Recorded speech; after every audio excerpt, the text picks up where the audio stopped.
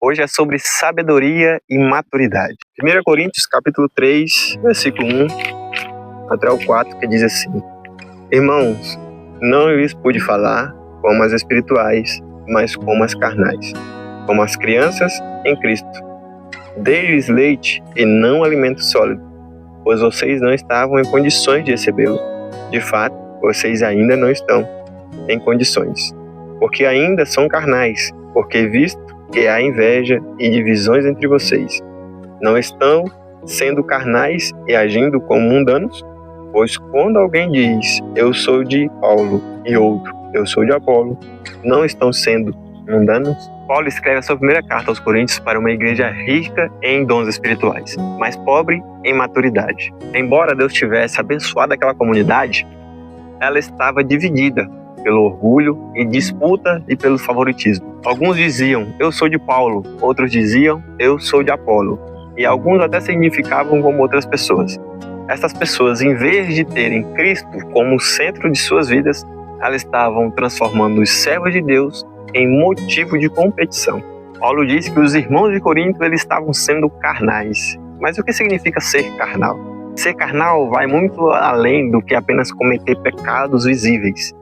É viver pelo egoísmo, pela vaidade e pela busca de reconhecimento. Uma pessoa pode frequentar a igreja por muitos anos e ainda ser imatura. E sua fé pode ser ainda baseada em pessoas e não em Cristo Jesus. Quando os sintomas dessa imaturidade aparecem, quando existe inveja, quando existe o espírito de superioridade, quando surgem disputas e rivalidades, quando estas coisas acontecem, Cristo deixa de ocupar o primeiro lugar.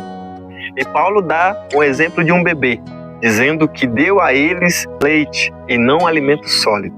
O leite ele é indispensável no início da vida e ninguém espera que um adulto continue vivendo dele. Da mesma forma, Deus espera que haja em nós um crescimento espiritual. O autor de Hebreus, no capítulo 5, versículo 13 a 14, ele amplia essa ideia. O autor de Hebreus diz que os maduros desenvolveram pelo exercício constante a capacidade de discernir entre o bem e o mal. Então, a maturidade ela não é medida pelo tempo de batismo, mas sim pela transformação do caráter. O mundo considera sábio aquele que possui riqueza, influência, conhecimento. A sabedoria de Deus ela é diferente. A sabedoria de Deus ela se revela na cruz. Na cruz, nós aprendemos a humildade em vez de orgulho, serviço em vez de poder, amor em vez de egoísmo, perdão em vez de vingança. Por isso, Paulo afirma que a verdadeira sabedoria ela vem do Espírito Santo e não da lógica humana. E todos nós somos cooperadores de Deus. Todos nós estamos a serviço de Cristo. Paulo diz que ele plantou, Apolo regou, mas quem deu o crescimento foi Deus. Tudo que fazemos é para Deus. A igreja não é nossa, a igreja não é sua, a igreja é de Deus. Nenhum líder, por mais carismático que seja, é dono da igreja. Todos são servos de Cristo. A igreja pertence exclusivamente a Cristo. E quando nós aprendemos isso, nós deixaremos de competir. Vivemos numa época em que muitas pessoas seguem pregadores, influenciadores, do que a própria palavra de Deus. É saudável nós admirarmos homens e mulheres usadas por Deus, mas é perigoso depender deles. Líderes, eles podem falhar, mas Cristo nunca falha. Quando a nossa fé ela está somente firmada em Cristo Jesus, as falhas humanas não destroem a nossa caminhada com Ele. A minha fé ela está baseada em homens ou ela está firmada em Cristo Jesus? A sua fé está firmada em quem? Convido você para orarmos.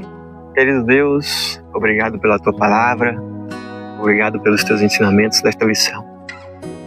Rogamos a Ti para que jamais deixe que homens ocupem o Teu lugar em nosso coração.